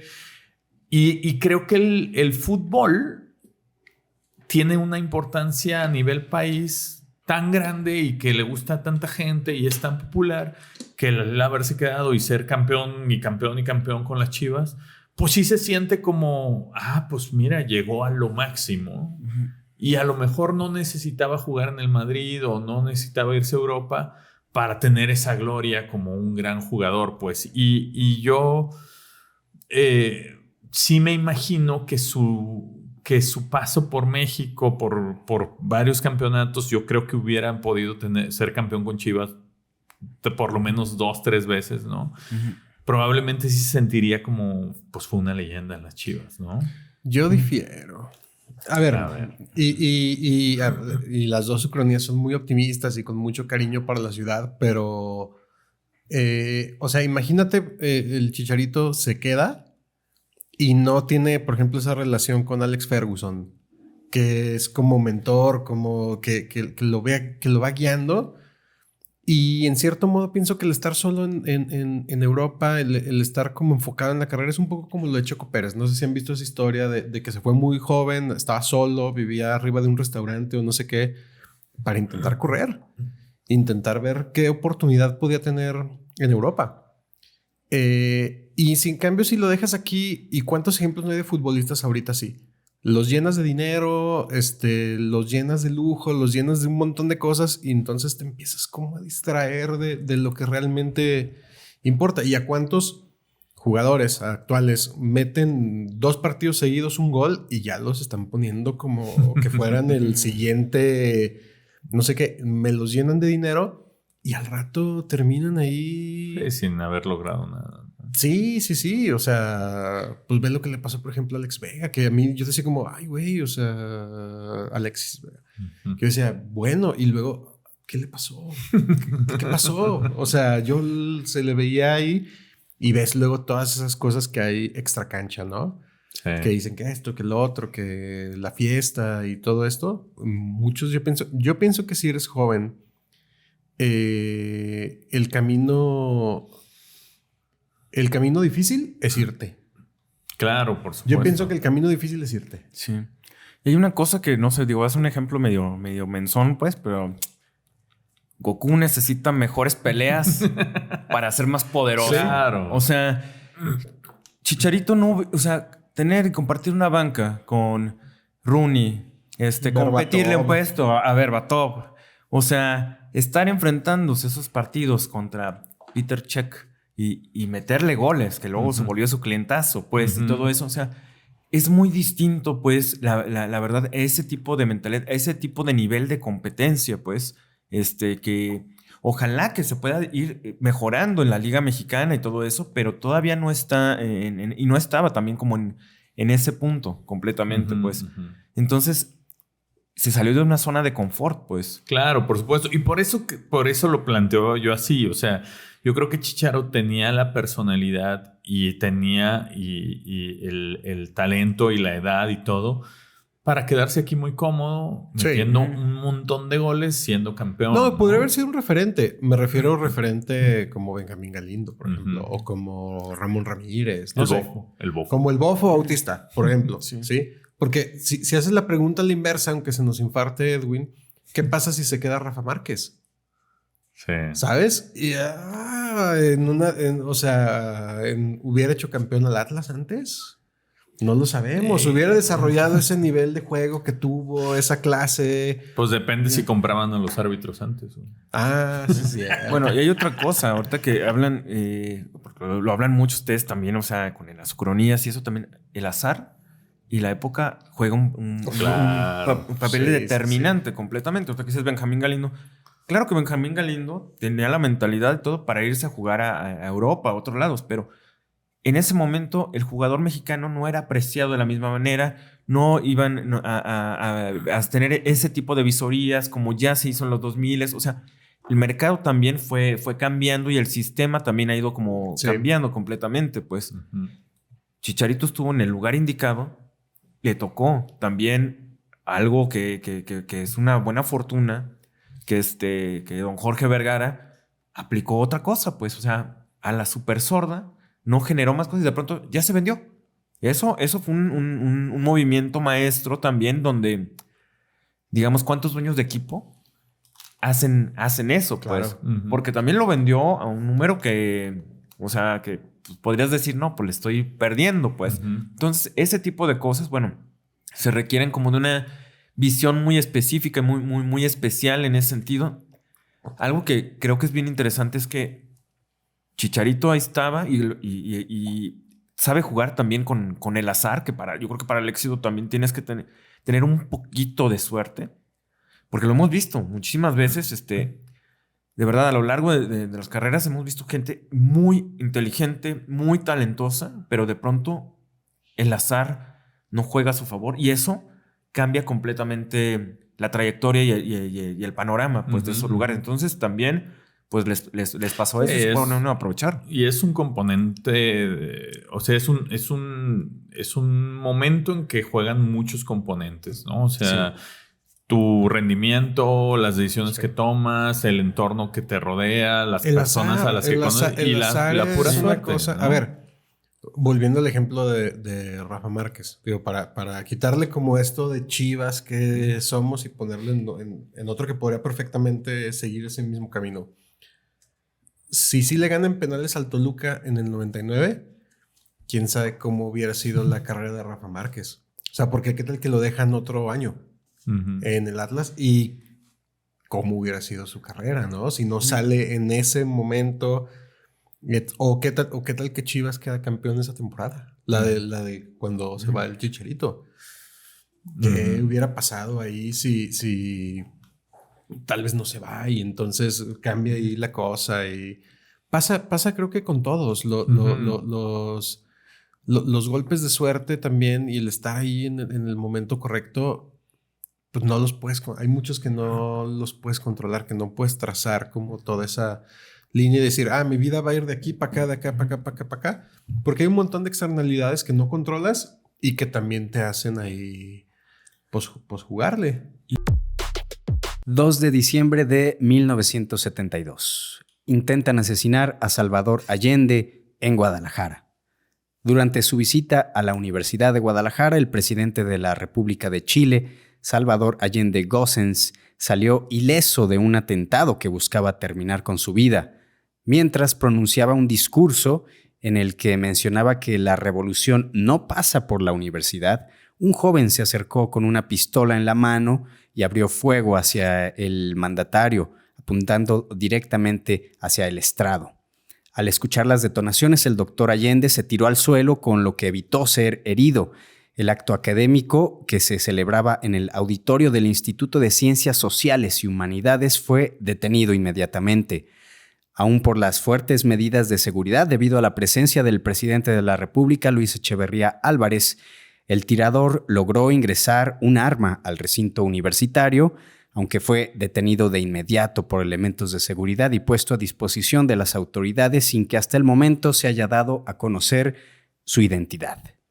En una breve rueda de prensa, Allende, quien es considerado el primer mandatario socialista que llegó al poder por la vía de las elecciones democráticas, dijo sentirse tranquilo y no estar sorprendido del intento de asesinato en su contra.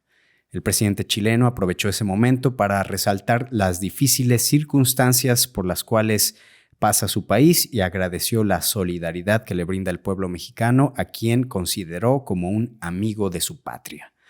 Por su parte, el presidente mexicano aseguró que se realizará una investigación a fondo para conocer los detalles del frustrado intento de homicidio del dignatario sudamericano. A fondo. Sí, ya cuando oyes a fondo. Sí, no creo.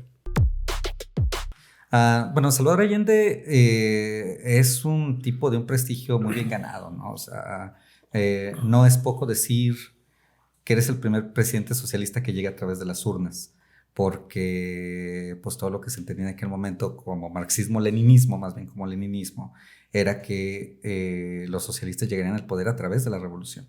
De hecho, en buena medida, creo que gran parte del problema que tuvo Allende durante su gobierno era precisamente eso, que los más radicales lo veían como moderado, ¿sí? Y de hecho la Unión Soviética pues nunca respalda totalmente a Allende porque pues, es un ave rara, ¿no? Como un socialista llega a través de las urnas. Se veía más que como revolucionario, como reformista, ¿no? Amigo de Castro, evidentemente. Creo que por otra parte pica las costillas cuando invita a Fidel Castro a Chile, cuando ya tenía todo el relajo allá. Y entonces creo que esa postura más o menos intermedia de un socialista demócrata lo hace una figura muy, muy interesante, ¿no?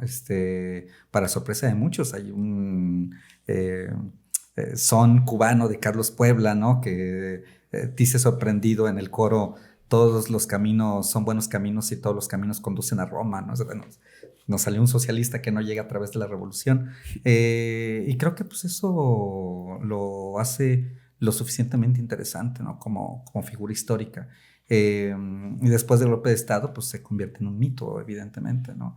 Pero ya como presidente, pues era una figura importante, ¿no? Dentro de este imaginario colectivo latinoamericano. Yo creo que sí, también es complicado como cualquier personaje, ¿no? Yo creo que nuestros papás como que sí, en esas épocas, como que lo que decías, ¿no? Pues cómo te enterabas, cómo sabías, cómo fluía la información distinto a lo que estamos acostumbrados hoy, güey. Entonces a mí eso siempre me gusta de esos personajes también, cómo tomaban decisiones sin las cosas que hoy damos por hecho, ¿no? Y cómo se movían, se desenvolvían. Yo admiro eso de esas épocas, ¿no? Y supongo que sí estuvo envuelto en mucha grilla, diríamos aquí, ¿no? Mucha onda política, ¿no? Mucho meeting, y estas cuestiones, ¿no? De presiones por o sea, estás en el fondo del mundo, ¿no? Y entonces pues están unos poderes ahí lejanísimos, pero pues que se están jugando la hegemonía, el poder, y tú a la vez pues eres un ciudadano que también pues crees que puedes ser presidente, ¿no? Y entonces yo admiro eso, o sea, esa onda de estar ahí, de estar intentándolo y solo con un discurso, ¿no? Y una propuesta y con un país muy particular también, ¿no? Chile nos tocó ir, por ejemplo, hace que fuimos en 2012 y habíamos estado en Argentina, ¿no? Entonces Argentina, que también tuvo sus dictaduras y sus ¿Y volaste sociales. de Argentina a Chile? No, fuimos por el Aconcagua, el paso entre la sierra. Ah, qué chido. Increíble, hermoso. Pero, por ejemplo, veías en Argentina hay una ya tradición de manifestación política y los jóvenes y tal, las banderas y hay pique, pues, ¿no? Y está normal, es como en fútbol, ¿no? Y yo le voy acá y tú le vas acá y somos contrarios y yo estoy, ¿no? Y en Chile no, o sea, en Chile había como un miedo, o sea, y nos tocó así como una manifestación de enfermeras, ¿no? Y así como salían con unas hojitas de tamaño carta, ¿no? Así como... Sí, te lo juro, güey. Yo así de... Por favor, más derechos, ¿no? Ajá. Y yo, ay, güey, aquí el miedo todavía anda así como que aquí... Y una sociedad todavía también más Creo que clasista, muy clasista, todo el tema ahí mapuche, ¿no? Con los indígenas y el sur y las reservas. Bueno, es un país complicado. Entonces, hace 50 años, pues yo creo que más. Y entonces, bueno, es complicado hasta de entenderles cómo hablan. Eso, ¿no? Sí. Y luego el tema de Neruda, ¿no? Que fuimos, que fue era su amigo. Ajá. Y que hay ahí teorías, ¿no? La conspiración de lo que pasa sí. con Neruda. Sí. De hecho, Neruda también era candidato. Neruda, candidato por uno de los partidos que formaron la Unión Popular. Y Neruda decide hacerse un lado precisamente para apoyar. Sí, a la figura, la candidatura de Allende. Yo lo primero que pienso es que es un país que en lo personal siento que es muy lejano. Un saludo a si hay alguien que nos está viendo de Chile y a Tania Honorato, una gran chilena. Y entonces casi todo lo que yo recibí de información sobre Chile es un poco sobre lo que lees, sobre lo que ves, y es muy basado como en estos mitos. Entonces es como este Allende bueno, Pinochet malo, que además era malo. O sea, no es como... No hay que suavizar lo que pasó. Pero lo vas leyendo, lo vas viendo, por ejemplo, no sé si llegaron a ver documentales de Patricio Guzmán. Sí, yo sí lo vi, claro, que se produjeron aquí, empiezo ¿no? a ver aquí, claro. algunos de él, con la batalla de Chile, la memoria de la luz, creo que se llama, o sea, todo esto que es muy padre. Pero yo me acuerdo, por ejemplo, de Más Morro, que ya sabes, como esta cosa rara del mexicano ideológica, que ahorita lo mencionaban con Echeverría, ¿no? Que pues sí, como medio socialista, pero represivo hacia estos mismos al interior. Claro. Y trasladado al hogar, yo me acuerdo que era la revista Selecciones, que es muy proamericana, pero mi papá tenía los libros de Ríos. Entonces ya sabes que estábamos hablando ya de... Entonces, cosas que yo sabía de Chile, los vi ahí. Pero lo que me llamaba la atención es que, y yo más o menos entendía ya de adolescente como por dónde iba la cosa con la revista Selecciones en el tema ideológico, pero hablaban muy mal de Pinochet. Sí. Muy mal de Pinochet, a pesar de que pues era uno de los pero hablaban muy mal de Pinochet. Y como represor y como torturador y como todo esto. Vale. Entonces me llamaba mucho la atención porque leí en Selecciones, leí sobre... ¿Es Víctor Jara? Víctor Jara, sí. En Selecciones leí sobre Víctor y con una onda ahí como de, oye, pues a este le pasó esto y estuvo mal y no sé qué y un rollo ahí raro. Y lo que quería decir de Allende es que es pues una figura mítica. Sí, claro. O sea, lo que dices justamente, el que haya llegado a las urnas, al poder por medio de las urnas, pues lo convierte ya de por sí en un hito histórico. Sí. Y lo que creo yo es que no tuvo el tiempo suficiente como para poder saberse si era o había sido o iba a ser un buen presidente o no, porque pues lo cortan ahí de tajo luego. Y que enfrenta además muchos problemas, ¿no? Muchísimos.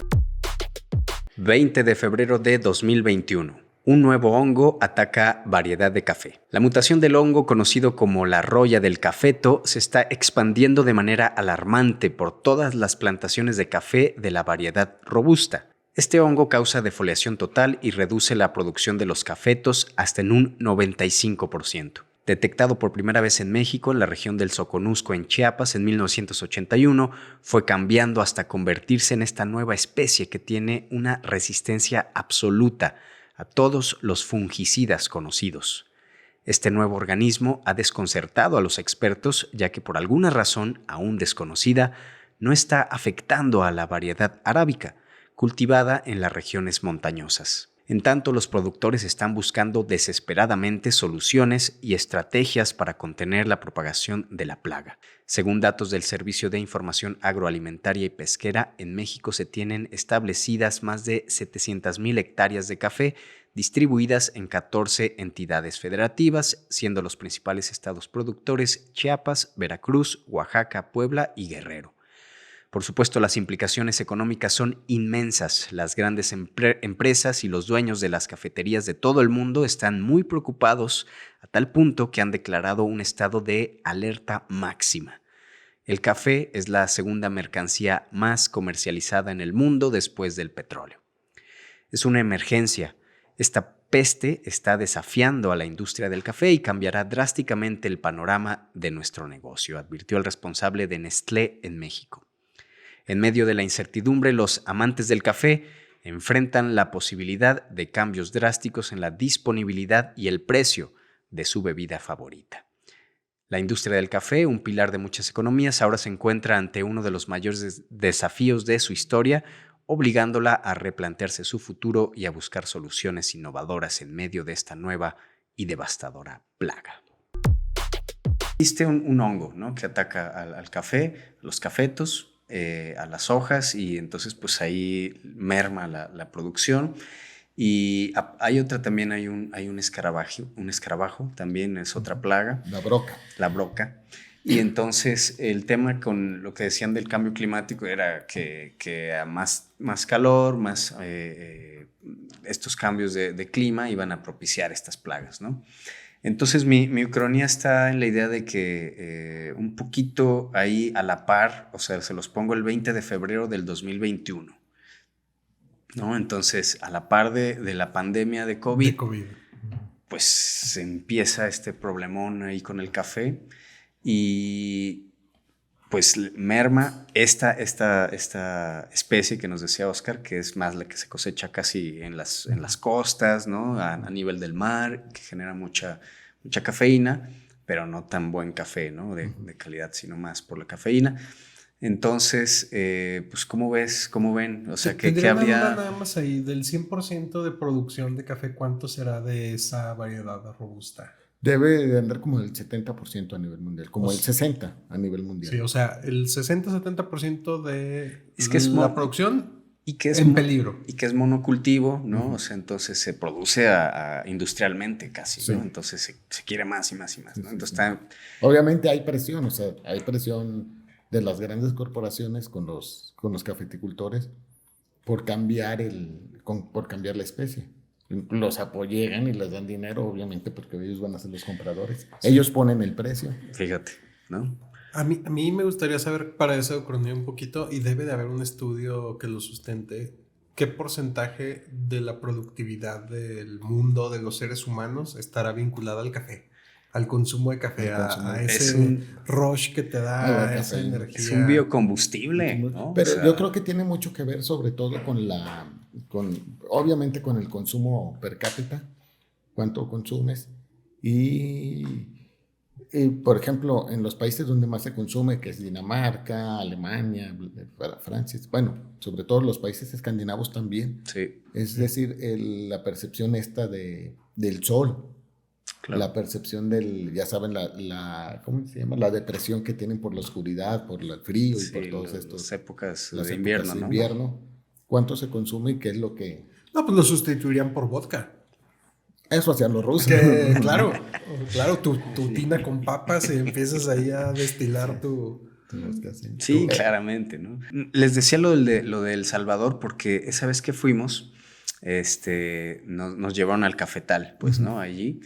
Y yo no conocía, pues, no sabía ya en el lugar cómo era, ni la planta, ni la había visto, ¿no? Pero fue toda una experiencia porque esta colega nos dice, miren, vamos a irnos salimos de San Salvador y pues nos fuimos hacia una zona volcánica, ¿no? Que también es como que un plus, ¿no? Por la tierra. Pero lo interesante era que la persona que les cuidaba pues su plantación había sido pandillero, ¿no? Okay. Entonces se había ya retirado, se había hecho como cristiano, ¿no? Como pastor prácticamente. Entonces como que lo respetaban, pero había sido en los 80s, ¿no? De las pandillas, ¿no? En El Salvador. Sí. Y entonces era muy, pues yo me sentía ahí que estaba en una aventura ahí también muy, pues muy interesante. Y lo que nos contó el señor es que cuando en esos años se dan cuenta, o sea, porque él recuerda ser adolescente en ese tiempo, y pues iba con su familia y los llevaban a los cafetales y les pagaban como, no sé, $0.50 o una cosa así, si llevaban una hoja con el hongo, ¿no? Entonces, que lo encontraran y pues para evitar que se expandiera, ¿no? Sí. Pero lo que nos contaste es que les quitaban, ya no me acuerdo si toda la ropa o así, y los rociaban así en fungicidas, insecticidas, ¿no? A ellos, a su persona, ¿no? Entonces ese era otro... Oye, al rato todos chuecos, con pues otro no sé, sí, güey, pues no, sí. imagínate. Esos son, y sigue sucediendo en muchos lados, pasan, ya sabes, está la gente cultivando y pasan las avionetas rociando con pesticidas, cancerígenos completamente, o sea, es una práctica terrible. Pero ¿cómo ves entonces esta ucronía? O sea, si de plano, pum, o sea, se aparece algo ahí que les merma todo o sea, el 95% se cae. Porque aparte lo que ahí tangencialmente decía Oscar es de los injertos, ¿no? Los esquejes, perdón. Porque tarda un par de años, o sea, como el agave, pues. 7, 8 años, y luego tienes una vida de producción pues tardas 2 años en tener tu primer producción. Sí. O sea, en tener tus primeros granitos. Tú los siembras, crece, y tarda 2 años más o menos en tener tu primer granito, tus primeros granitos. Pero en llegar a la producción máxima, tarda más o menos 7 años hasta en que esté lleno. ¿Cuánto dura la planta? 20 o 30 años, depende también del cuidado, de la poda, porque la planta la conocemos como mata, pero en realidad es un árbol. O sea, la planta es un árbol, y si tú la dejas se va a hacer un árbol muy parecido al árbol de arrayán, en crecimiento. Delgado, esbelto, ¿no? Esbelto, lleno obviamente, entre más crece, necesita más energía para sus ramas y todo esto, y menos producción tiene. No quiere decir que vas a tener un árbol llenísimo de granos, sino más bien mantenerlo lo necesita chapito también para poder alcanzarlo. Claro. Con que lo pueda alcanzar una persona ya con eso, para el corte con eso. Entonces, sucede con los limones también. Los limones no tienen que ser árboles altos, tienen que estar más bajitos para su corte. Mira, escuchando la dicotomía, ¿qué sucedería? Sucedería que la arábiga sería carísimo. Ya, de plano. De plano, ¿por qué? Porque las grandes corporaciones tendrían entonces... Oye, ¿y en tu cafetería es arábiga? Claro, nosotros somos productores. Entonces, buena ucronía se vendería muy caro. Sí, pero no es tan bueno. O sea, no parece muy caro. O sea, parece bueno, pero no es tan bueno. Te voy a decir porque ya sucedió en la pandemia. Ok, eso quería entrar yo. ¿Cómo les fue? No por la roya. Ha habido brotes de roya. Obviamente ya hay planes de control. Hay... Como cuando llegan protocolos así fuertísimos y todo este rollo, ¿no? Tenemos que cuidarnos. Hay muchas plantas que son resistentes a la roya. Hay aquí en México creado el F1 en ¿cómo se llama? En Chiapas, creado en el INIFAP de Chiapas, el Garnica creado en el INIFAP ahí cerquita de Cozautlán, en Veracruz. Que son plantas que soportan tienen otras características, pero soportan más la roya. O sea, y obviamente vas haciendo producciones, nos las vamos ingeniando de alguna o de otra manera. Claro. Pero lo que pasó en pandemia, ¿qué sucedió? Hubo poca lluvia, sobre todo en la parte. No hubo mucha producción, pero alguien desde el 2020, a mediados del 2020, en el 2021 hubo la cosecha de 2020-2021 fue muy baja. Entonces hubo poco dinero, hubo poca venta, etc. Y a mediados del 2021, por ahí de junio, alguien con mucho dinero, llegó y compró futuros. Que es decir, ¿sabes qué, Pablo? Te compro... ¿Cuánto produces? No, pues estoy produciendo más o menos como 10 toneladas. Te compro 8. aquí está, pero obviamente yo pongo el precio, tú no tienes dinero porque traes la deuda del año pasado, o andas... Te capitalizas. Pandemia. O sea, te lo pago por adelantado y te doy tus... pero si el precio estaba más o menos a 120 pesos kilo en verde o 108 pesos kilo, yo te lo voy a comprar en 70 pesos kilo. Le tiraron a matar. Sí, obviamente. Pero aquí tienes el dinero en efectivo y tú no vas a recibir y no sabes si vas a recibir hasta dentro de 6 meses. ¿Qué dices? Pues échamelo. Híjoles. Te firmo y ya tienes 8 toneladas mías. De las 10 o de las 9 que produzco, de las 11 que produzco, no sé. O todas. Ya. Sí. Aquí está. Entonces eso hicieron con muchísima gente. Alguien que llegó, una empresa que llegó con mucho dinero. Sabemos quién es, no vamos a decir. Sí, están en Seattle. Sabemos. Entonces compraron todo. ¿Y qué sucede? Sucede que se viene la cosecha. La cosecha fue regular, no tan buena, pero fue regular. Pero ya estaba todo vendido. Entonces no había café en ningún lado. Wow. Lo que produces, pero si tú tienes tus compromisos, tú ya le vendes a otras personas, tú ya tienes tus cafeterías, etc. Sí. Pero normalmente lo que consumimos nosotros no nos ajusta, tenemos que comprarle a los vecinos, pues no tenían. Órale. ¿Por qué? Porque ya habían vendido todo.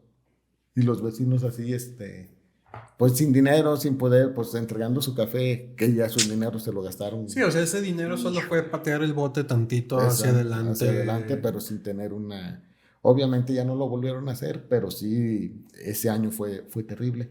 Y si le metemos, además de esa escasez, porque hubo una escasez de café, sí. Y si le metemos de que a raíz de la pandemia, la logística de transportación se encareció. Se interrumpió y se encareció. Se entorpeció muchísimo. Sí. Porque todas las transportadoras tienen que consolidar los trailers.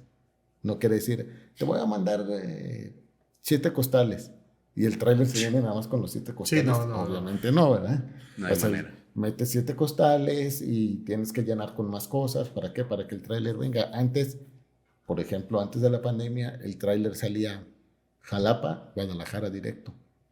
Okay. Y ahora no. Ahora los tráilers es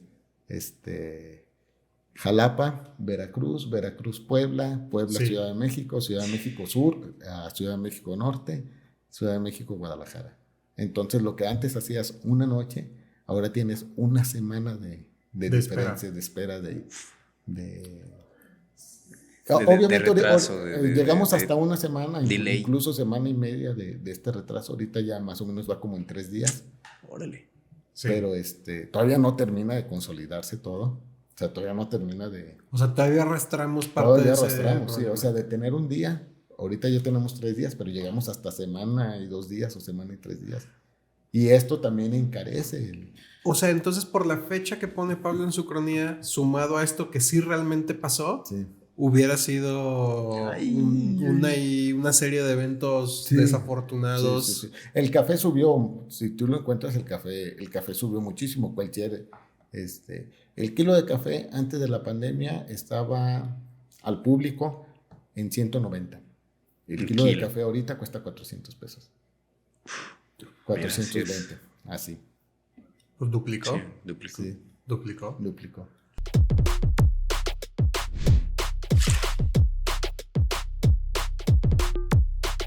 Una coproducción de Secuencia Digital.